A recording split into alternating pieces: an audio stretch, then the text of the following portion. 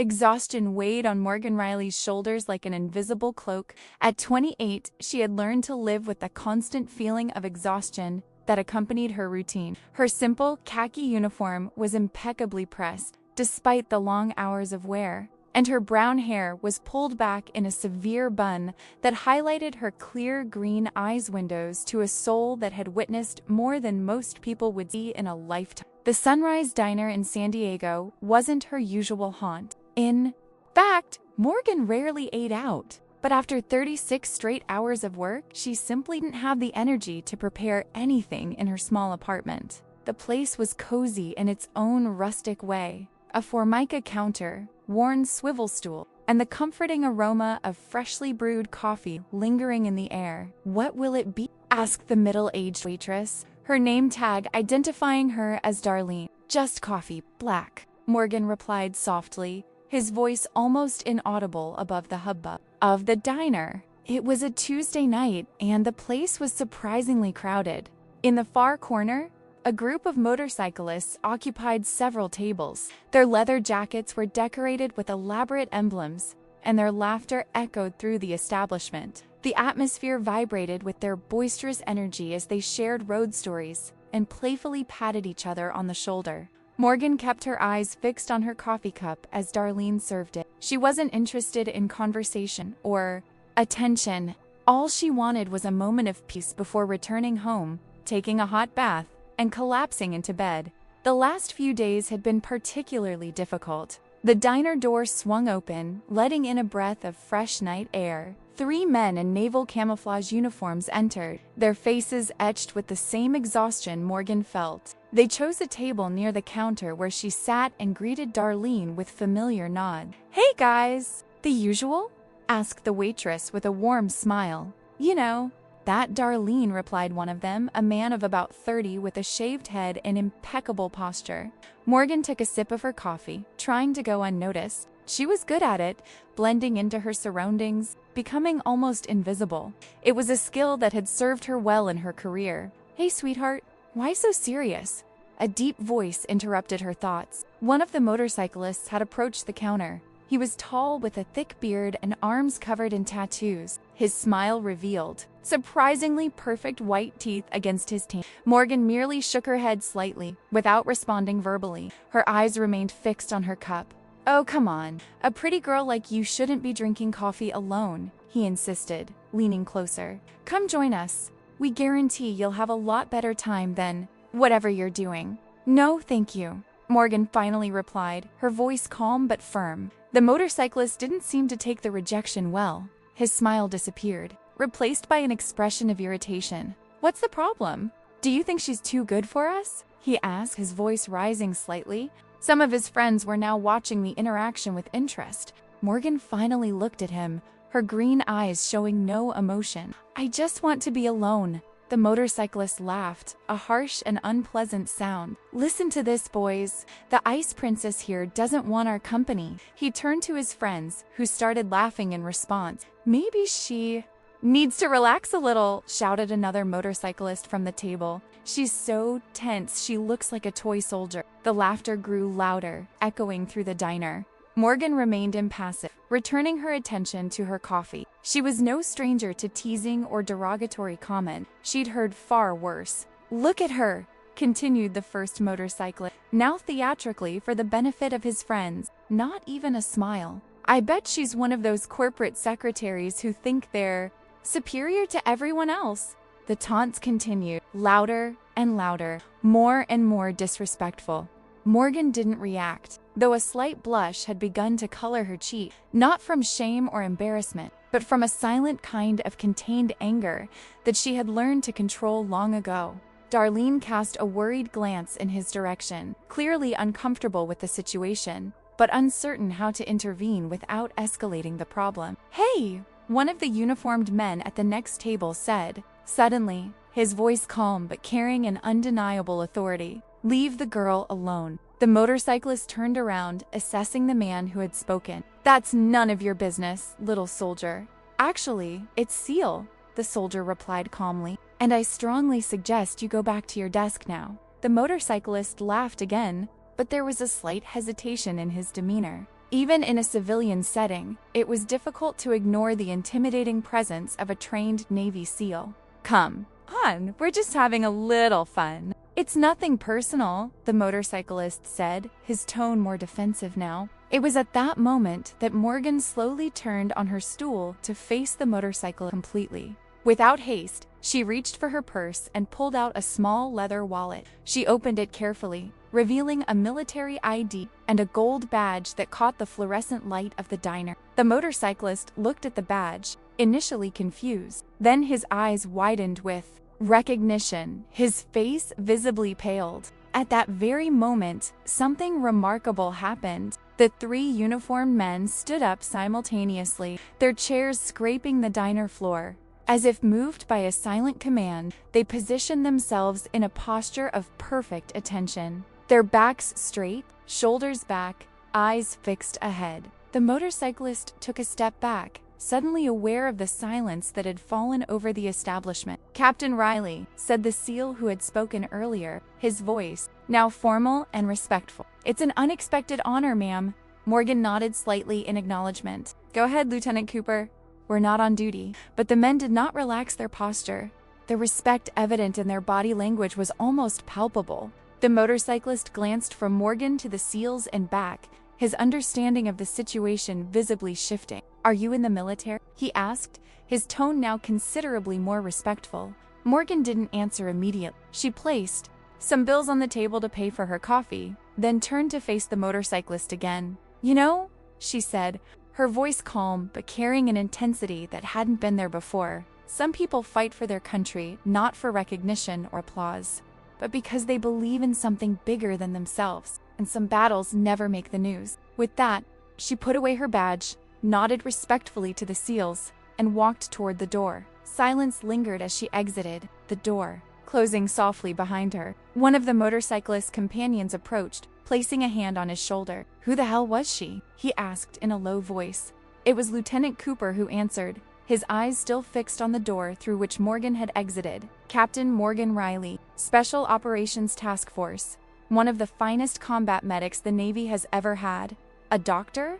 asked the motorcyclist, looking confused. "Yes," Cooper replied, finally turning his gaze to the man. "She saved my life and the lives of 17 other men during an operation that officially never happened. She remained under heavy fire for almost 8 hours to ensure that every wounded man was stabilized and evacuated." The lieutenant paused, as if considering how much he should reveal. "She received the Navy Cross for it, one of the few women in history to receive it. But you won't read about it anywhere, and she certainly would never talk about it." The motorcyclist looked at the door, his face a mixture of regret and shame. "I didn't know, double quotes. That's the point," Cooper said, returning to his table.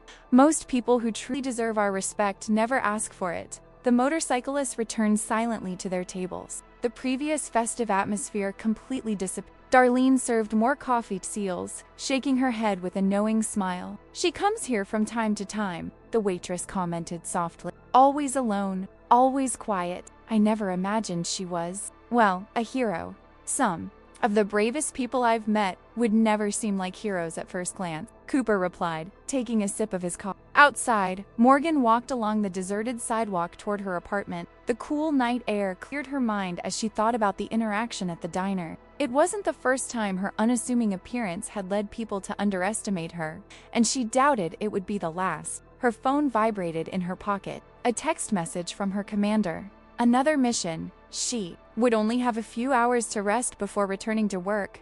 Morgan sighed, but there was no real regret in the sound. This was the path she had chosen, and she had never, not for a moment, regretted it. 4 years earlier, Morgan Riley had sat nervously outside Commander Williams's office at Coronado Naval Base. Her leg was swinging involuntarily, a rare sign of anxiety that she normally kept tightly under control. Fresh out of medical school and basic officer training, Junior Lieutenant Morgan Riley had spent the last 3 years serving as a medic on an aircraft. Her work had been exemplary, earning the respect of her superiors and the trust of her patients. But what she truly desired, what she had sought since enlisting, was the opportunity to serve where she believed she could make the biggest difference. with special operations teams in the field. The door opened, and a stern-looking officer gestured for her to enter. "Lieutenant Riley, the commander will see you now." Morgan stood, straightened her immaculate uniform, and entered the office. Commander Williams was a man in his 50s, with short gray hair and deep lines around his eyes that spoke of years of service in extreme conditions. He didn't smile when she only indicated the chair in front of his desk. "Lieutenant," he said, his voice deep and direct, "I've been reviewing your transfer request to the SEAL Combat Support Medical Team." "Yes, sir," Morgan replied, keeping his voice steady. Despite his inner nervousness, Commander Williams studied an open file in front of him. Her record is impressive. First in her class at medical school, exemplary evaluations from her superiors on the USS Roosevelt, exceptional physical conditioning. He paused, lifting his eyes from the file to study it directly. "But you should be aware that what you're requesting is not common. Women in direct combat roles are relatively new to the Navy, and the Special Operations Medical Program is, well, special." "I am aware, sir. The training is rigorous, physically demanding, mentally brutal, and even if you complete it, the work itself, double quotes." He paused, choosing his words carefully. "It's not for the faint of heart." Morgan nodded. "I understand completely, sir." Commander Williams leaned back in his chair, assessing her. "Why, Lieutenant? Why not continue your career on an aircraft carrier or at a land base? With your background, you could easily follow a comfortable path to the rank of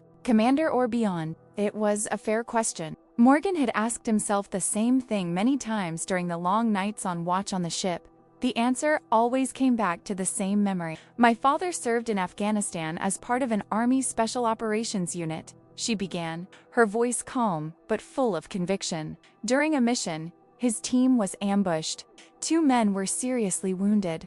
The assigned combat medic managed to stabilize them, and both survived injuries that should have been fatal." She paused, the weight of the memory evident in her eyes. "One of those men was my father. The other was his best friend, who later became my godfather.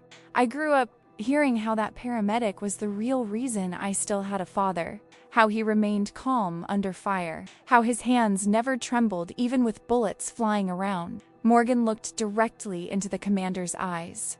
"From then on, I knew I wanted to do the same. Not just practice medicine, but practice it where it's most needed. In the worst imaginable conditions. To be the person who makes the difference between a soldier returning home to his family or not." "Commander." Williams studied her for a long moment, her face inscrutable. Then he nodded slightly. "Your transfer request is approved, Lieutenant. You will report to training camp in 1 week." Morgan felt a wave of relief and excitement, but maintained her professional expression. "Thank you, sir." "Don't thank me yet," he replied, a slight smile finally appearing. On his lips, "You'll curse me for the first few days. What comes after that, ... Well, that's entirely up to you." The aftermath proved to be even more challenging than Morgan had imagined. The training was brutal, endless runs carrying heavy equipment, swimming in icy waters, complex medical procedures performed under conditions of extreme stress. Sleep had become a luxury, and every muscle in his body ached constantly. But Morgan never wavered. When others gave up, and many did, including several men who had initially mocked the presence of a woman in the program, she persisted. Her quiet determination eventually earned her the respect of her instructors and classmates. What set her apart was not only her physical resilience, but her exceptional ability under pressure. In combat simulations, when chaos reigned and life or death decisions had to be made in seconds, Morgan displayed a supernatural calmness that impressed even the most experienced instructors. "It's as if she has a switch," one instructor commented to another after a particularly intense simulation. "The moment there's a patient in front of her, everything else disappears. No fear, no hesitation." 6 months later, Morgan Riley graduated from the training program, one of only 3 women in her class to achieve this, and the first to receive honors of distinction. Her first mission came just 2 weeks later. A SEAL team needed to extract a high-value informant from hostile territory. Morgan was assigned as the team's medical support, hoping, as everyone else did, that her skills wouldn't be needed. But the mission went wrong. An unexpected ambush left 3 SEALs seriously wounded. Under heavy fire, Morgan dragged each man to cover, applying tourniquets, administering plasma, and performing emergency procedures that would normally only be performed in fully equipped field hospitals. For nearly 4 hours, she fought for each man's life, refusing to back down even as bullets hit the ground inches from where she was working. When they finally managed to evacuate, all 3 men were alive against all odds. Morgan's reputation began to spread among special operations. She quickly became known not only for her medical expertise, but for her absolute reliability under fire. Operators called her by name, trusting that if the worst happened, Doc Riley would bring them home. But it was during an undisclosed mission somewhere in the Middle East that Morgan truly cemented his legend. The details remain classified, but what is known is that after a devastating explosion that seriously injured more than a dozen operators, Morgan worked non-stop for over 16 hours. With limited supplies and no access to medical evacuation due to extreme weather conditions, she performed 2 field amputations, removed shrapnel from vital organs, and maintained a continuous blood transfusion using her own body as an intermediary when equipment failed. When help finally arrived, the lead doctor of the evacuation team was astonished to discover that all 17 wounded men were not only alive, but stable. Later reports would indicate that without Morgan's intervention, at least 12 would have died before rescue arrived. For this action, she received the Navy Cross, presented in a private ceremony away from the public eye. The mission was never officially recognized, and Morgan never spoke about it, not even to those who were present. Her promotion to captain came soon after, accompanied by a new role as leader of a small team of specialist combat medics assigned to the most sensitive and dangerous operation. Few outside the special operations community knew her name or her accomplishments. Morgan preferred it that way. She hadn't joined the Navy seeking recognition or glory. She had joined to do exactly what she was doing now, saving lives in the most extreme circumstances imaginable.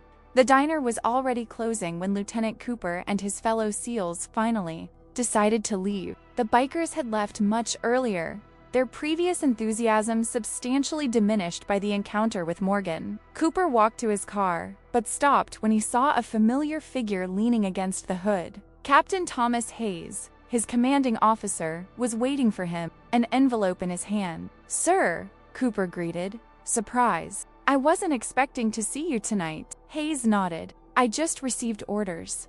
We leave in 6 hours." Cooper nodded, adrenaline already coursing through his veins in anticipation. "The team is ready. We're still waiting for confirmation regarding medical support," Hayes continued, his tone casual, but his eyes assessing Cooper's reaction. "I requested Captain Riley, sir," Cooper replied immediately. "She's the best." Hayes smiled slightly. "I know. I just got confirmation that she's inside. In fact, I saw her leaving the base about an hour ago. She said she needed coffee." Cooper chuckled softly. "Yes, sir. Coincidentally, we ran into... He had the Sunrise Diner tonight, oh?" Hayes raised an eyebrow. "And how was it?" Cooper smiled, recalling the scene with the motorcyclists. "Let's just say Captain Riley didn't need to say much to make an impression." Hayes nodded, not asking for further detail. "Well, you'll see her again in a few hours. Inform your team. Meeting point at 0400. After Hayes left, Cooper lingered in the parking lot reflecting on what he had witnessed in the diner. He had worked with Morgan Riley on 3 previous missions and witnessed firsthand her extraordinary skills. He had seen her work for 30 hours straight without rest, performing emergency surgeries with improvised tools, remaining calm even when everything around her was chaos. Still, there was something about the diner scene that had affected him differently. Perhaps it was the contrast between the biker's initial perception, a small, unassuming woman easily dismissed, in the reality of who she truly was. Or perhaps it was the way she had handled the situation, without fanfare, without needing to prove anything to anyone. Whatever the case, Cooper was grateful to have her on his team for the mission ahead. In the uncertain world in which they operated, Morgan Riley was one of the few constants he could completely trust. Morgan arrived at her apartment, threw her keys on the table, and went straight to the shower. The hot water relieved some of the tension in her muscles, but her mind was already focused on the mission ahead. The text she had received was cryptic, as always, but she knew the procedure.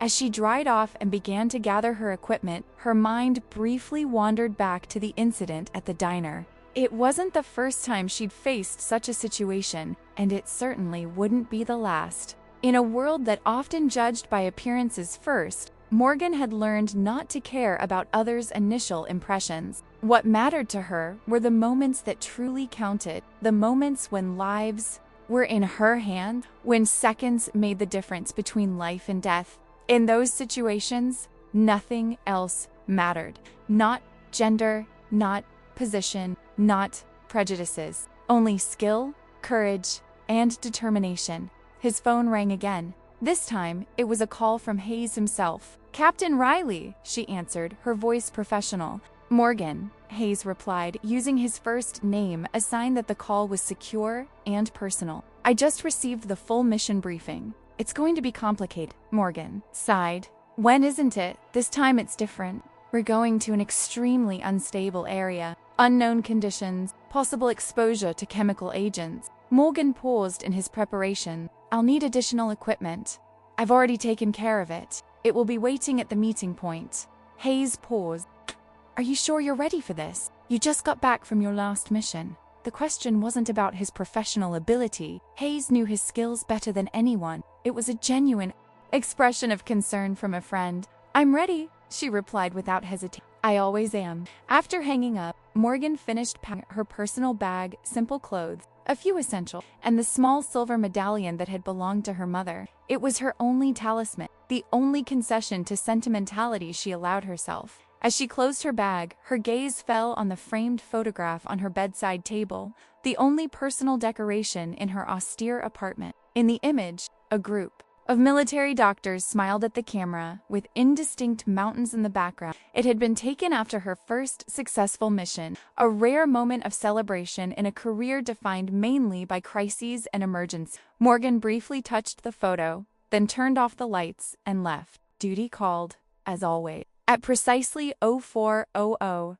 Morgan arrived at the rendezvous point at the naval base. The activity was controlled, but intense equipment being loaded, final checks being carried out, communications being established. It was a familiar dance, a precise choreography of preparation for what could be a life-or-death mission. Cooper was the first to spot her, offering a respectful nod. The other operators on the team, 12 in total, including Hayes, also acknowledged her arrival with nods or silent greetings. Elaborate words or effusive salutations weren't necessary. Everyone knew why they were there and trusted each other's abilities. During the briefing, Morgan absorbed every detail: locations, evacuation routes, potential risks. His mind was already calculating medical scenarios, triage procedures, treatment protocols. "Our extraction window is narrow," concluded. "We have to be at the secondary rendezvous point at 2:20 a.m. tomorrow, or we'll have to look for alternatives." The men nodded, understanding the implications. Alternatives usually meant a long trek through hostile territory. "Any questions?" Hayes asked, looking around the group. Morgan raised his hand. "Medical reports on the extraction targets?" Hayes shook his head. "Limited information. The primary target is described as ambulatory, but debilitated. Exact nature of the condition unknown." Morgan nodded, making mental notes. "Understood." After the briefing, while the team was making final preparations, Cooper approached Morgan. "So," he said, keeping his voice low, "interesting to meet you at sunrise last night." Morgan gave her a neutral look. A coincidence. Those guys didn't know who they were dealing with, Cooper continued, a slight smile on his lips. "No one knows until it's necessary," she replied simply. Cooper studied her for a moment. "You know, most people would have seized that moment. I would have thrown in their faces who I really was." Morgan checked her first aid kit one last time, making sure everything was in order. "There's no need to prove anything to strangers in a diner. And what about us? The guys you hang out with?" Morgan closed her bag and looked at Cooper.